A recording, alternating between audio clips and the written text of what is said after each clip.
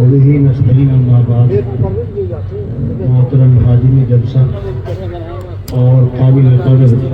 علماء کرام، ابھی ایک شکایت سی مجھے کانوں میں پڑی ہے، میں اس کے تعلق سے ذرا سا یہ بتا دوں، پچھلا سال ہو اور اس سال ہو، دعوت نامہ تو ہم تک پہنچا، لیکن یہ خبر ہمیں نہ تک مل سکی کہ ہمیں شام کو آنا ہے یا صبح آنا ہے، اور صبح آنا ہے تو کب آنا ہے۔ یہ میرے پیر کا علاقہ ہے، میں رات کو بھی آتا، 2 دن پڑے رہتا یہاں پر۔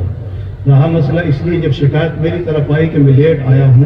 مجھے اتنا بھی پتا نہیں کہ مجھے آنا کس وقت ہے، پہنچنا کس وقت ہے، پہنچنا بھی ہے یا نہیں پہنچنا ہے۔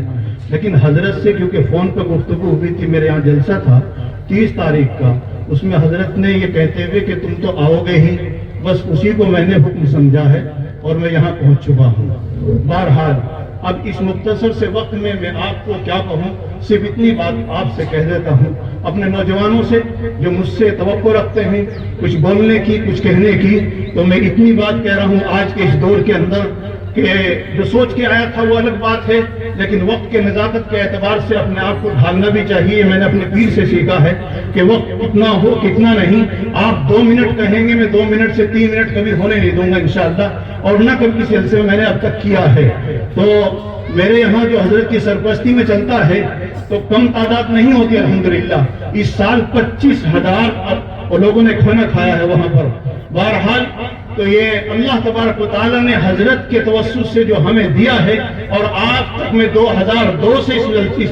بستی میں آ رہا ہوں، اعتکاف میں بیٹھتا ہوں، میں پیدل بھی چل کر آیا ہوں، لہذا اور پیدل یہاں سے نکلا بھی ہوں، میرے لیے بستی اجنبی نہیں ہے، نہ میرے لیے آپ لوگ شاید اجنبی ہوں، لیکن اس چیز کے لیے کہ پتہ چلا کہ نوجوان سننا چاہتے ہیں، تو میں نوجوانوں سے یہ کہنا چاہتا ہوں، آج تعلیم کا بھی گفتگو محفل صاحب کر کے چلے گئے۔ تعلیم وہ ہوتی ہے جو اخلاق سکھائے، تعلیم اس کا نام نہیں ہے جو نہ بڑوں کے ادب کو سکھائے نہ چھوٹوں کی توقیر کا کوئی سبق ہمیں بتلائے۔ آج کے دور میں میرے پاس کچھ خبر پہنچی، میں چھوٹا ہی صحیح لیکن کچھ خبریں مل جاتی ہیں، ایک شخص نے اپنے بیٹے کو بے انتہا انداز میں پیسے خرچ کر کے پڑھایا، اور پڑھاتے پڑھاتے یہاں تک پہنچایا کہ اس کو MBBS بنایا، MD بنا دیا، اور اس کے بعد پھر اس کا کلینک کھولا جس میں خود 50 لاکھ روپے لگانے کے بعد جب وہ کلینک مکمل تیار ہو گیا اور اس کی نئی نویلی دلہن وہ بھی ڈاکٹر وہاں پہنچ گئی، باپ نے سوچا میں اپنے بیٹے کے ساتھ رہوں کچھ دن کے لیے، 1 ہفتہ رہا تھا، بیٹے نے کہہ دیا ابا گاؤں میں رہ لیا کرو، یہاں پر رہنا ذرا دشوار سا ہوتا ہے، گھر والی کو تکلیف پہنچتی ہے۔ کیا کرو گے اس تعلیم کا میرے بھائیوں، جس تعلیم نے باپ کو 1 ہفتے تک برداشت نہ کیا، جس تعلیم نے باپ کو صرف اچھے مکان میں بیٹھنے کے لیے 1 ہفتہ برداشت نہ کیا ہو، جس میں سب کچھ بیچ کر زمین بیچ کر پڑھا ہو، اور بات سوچتا ہے اس چکا چوند محل کے اندر میں بھی رہ لوں، لیکن اسے 1 ہفتے کے اندر یہ کہہ دیا جاتا ہے ابا میں وہیں پر کوئی کمرہ بنا دوں گا، وہیں پر آپ رہ لینا۔ اگر تعلیم یہ سکھاتی ہے تو اس تعلیم سے جاہل رہتا ہے۔